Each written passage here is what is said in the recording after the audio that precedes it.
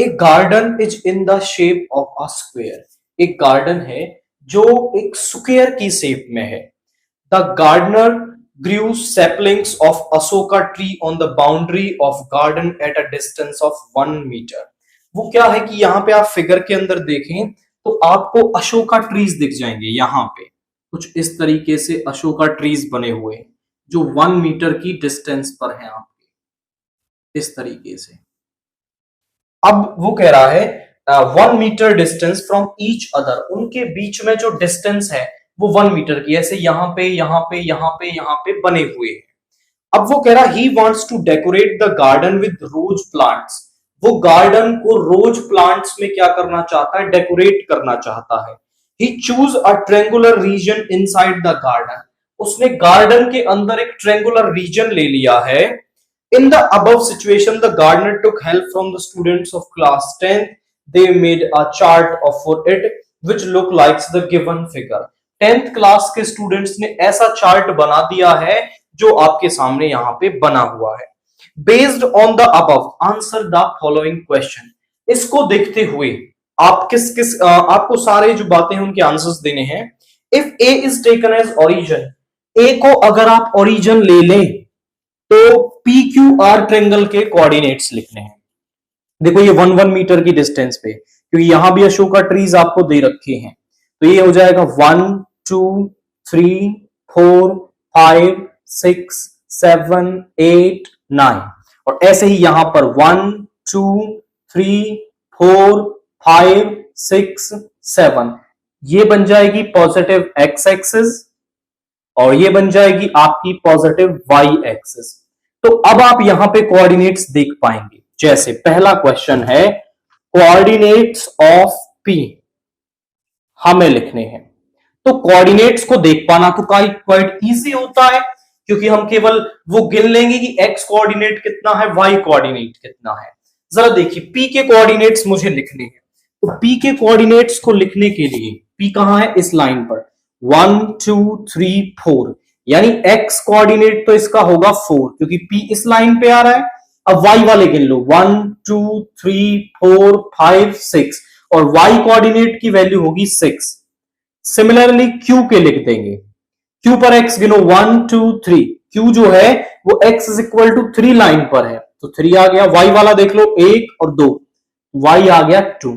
Similarly आप are के coordinates लिख दोगे 1 2 3 4 5 6 6 1 2 3 4 5 6, 5, यानी ये जो सिस्टम आपको दे रखा है, ये फिगर जो दे रखी है, इसे कार्टेशियन प्लेन मान लेना, और फिर आप इनके कोऑर्डिनेट्स इजीली लिख पाएंगे। पी आया है 4,6, क्यू 3,2 एंड दिस इज 6,5। आप फिगर के अंदर देखेंगे तो लाइंस आपको दिख जाएंगी, एंड फिर इनके कोऑर्डिनेट्स लिखना कोई टफ टास्क नहीं है।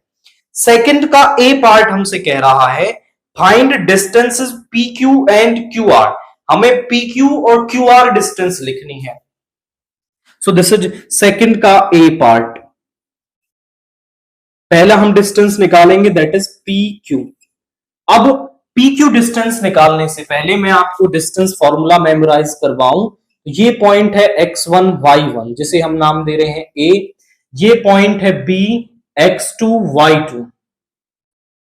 तो जो ए बी डिस्टेंस है वो हमारे पास किसके इक्वल होती है, x2 माइनस x1 का square plus y2 minus y1 का स्क्वायर। ये होता है डिस्टेंस निकालने का फॉर्मूला। तो उसे आप यहां पे लगा लोगे। पी क्यू डिस्टेंस निकाल रहे हो तो 3 माइनस 4 का स्क्वायर, 3 माइनस 4 का स्क्वायर प्लस 2 माइनस 6 का स्क्वायर, ये हो गया -1 का स्क्वायर, और ये हो गया -4 का स्क्वायर। तो यहां पे आ गया -1 का स्क्वायर इज 1 एंड -4 का square is 16, so root 17 units. तो हमारे पास जो पी क्यू डिस्टेंस है वो रूट 17 यूनिट्स आ गई। अगली डिस्टेंस हमें निकालनी है क्यू आर, तो क्यू आर भी सेम फॉर्मूले से निकाल लेंगे। 6 माइनस 3 का स्क्वायर, 5 माइनस 2 का स्क्वायर, 6 माइनस 3 मतलब 3 का स्क्वायर हो गया, और 5 माइनस 2 का स्क्वायर भी 3 का स्क्वायर हो गया। दिस इज 9 प्लस 9 यानी कि √18 यूनिट्स। तो हमारे पास जो डिस्टेंस है वो √17 एंड √18 यूनिट्स यहां पर आ रही है। केवल ये फॉर्मूला हमें यूज करना है और हमने उसका जो डिस्टेंस है वो यहां पर लिख दिया है। अब सेकंड का जो बी पार्ट है वो सुनिए। Find the coordinates of the point which divides the line segment P R in the ratio 2:1 internally. मैं कह देता हूं कि कोई पॉइंट सी है यहां पर जो इसको m/n में डिवाइड करता है, तो आप कोऑर्डिनेट्स ऑफ सी लिख सकते हैं बाई सेक्शन फॉर्मूला। फॉर्मूला क्या होता है? Coordinates of C is equal to m की मल्टीप्लाई यहां पे mx2, n की मल्टीप्लाई यहां पे nx1 over m plus n। Similar m की अब y वाले के साथ my2 plus ny1 over m plus n। ये है section formula for internal division. जब डिवीजन इंटरनल हो रहा है तो आप c के कोऑर्डिनेट्स निकाल सकते हैं। अब जरा देखिए, वो कह रहा है कि पी आर को डिवाइड करती है कोई लाइन। दिस इज सेकंड का बी पार्ट। पी और आर को डिवाइड कर रही है। पी के कोऑर्डिनेट्स कितने हैं? 4,6 एंड आर के कोऑर्डिनेट्स कितने हैं? That are 6,5। और मान लीजिए सम वो पॉइंट है आपका, इसमें कुछ नहीं दे रखा तो हम मान लेते हैं ए, जो इसे 2:1 में डिवाइड करता है। तो हम यहां ए के कोऑर्डिनेट्स निकाल लेंगे बाय दिस फॉर्मूला। तो कोऑर्डिनेट्स ऑफ ए कैसे निकलेंगे? इस 2 की इधर मल्टीप्लाई, 1 की इधर मल्टीप्लाई। तो कोऑर्डिनेट्स ऑफ ए जो है वो क्या हो जाएंगे? कोऑर्डिनेट्स ऑफ ए वो हो गए आपके 2 की यहां मल्टीप्लाई करेंगे 6 के साथ 12 प्लस 1 की मल्टीप्लाई 4 के साथ 4 और इन दोनों का सम नीचे। 2 की मल्टीप्लाई 5 से 10, 1 की मल्टीप्लाई 6 से 6 और दोनों का सम नीचे।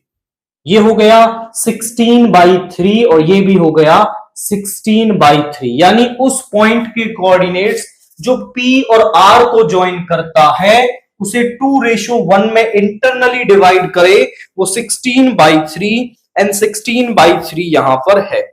अब क्वेश्चन थर्ड जो है, थर्ड वो कह रहा है find out if triangle PQR is isosceles और नॉट। आइसोस्केलस ट्रायंगल को हम कब कहते हैं? जब उस ट्रायंगल की कोई भी दो साइडें की जो लेंथ है वो इक्वल आ जाए तो हम उस ट्रायंगल को क्या कहेंगे? आइसोस्केलस कहेंगे। तो PQR ट्रायंगल के अंदर हम दो साइडें तो निकाल चुके हैं, तो PQ की जो लेंथ है, लेंथ ऑफ PQ हमने अभी निकाली, वो दोबारा लिखने की जरूरत नहीं है। That is √17 units. एंड हमने PQ निकाल ली और QR भी निकाल ली है। लेंथ ऑफ QR आई है √18 यूनिट्स। आप बोले सर दो तो मिल गई, एक तीसरी और बची हुई है, वो और निकाल लेते हैं। अगर वो इनमें से किसी के भी इक्वल आ गई तो आइसोस्केलस हो जाएगा, अदरवाइज नहीं होगा। तो PQ हमें मिल गई और QR हमें मिल गई। PR निकाल लेते हैं। तो PR लेंथ हमारे पास क्या हो जाएगी? बाय डिस्टेंस फॉर्मूला PR यानी 6 - 4 का स्क्वायर, 6 - 4 का स्क्वायर एंड 5 - 6 का स्क्वायर। तो 6 - 4 का स्क्वायर इज 2 का स्क्वायर एंड दिस इज -1 का स्क्वायर। 2 का स्क्वायर इज 4, दिस इज 1 यानी कि √5 यूनिट्स। अब आप देख लो तो तीनों जो लेंथ है PQ, QR and PR, triangle की जो तीनों साइड्स हैं उनकी लेंथ अलग अलग है।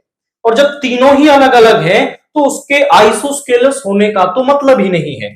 आप बोलेंगे PQ is not equal to QR is not equal to PR. So triangle PQR is not isosceles।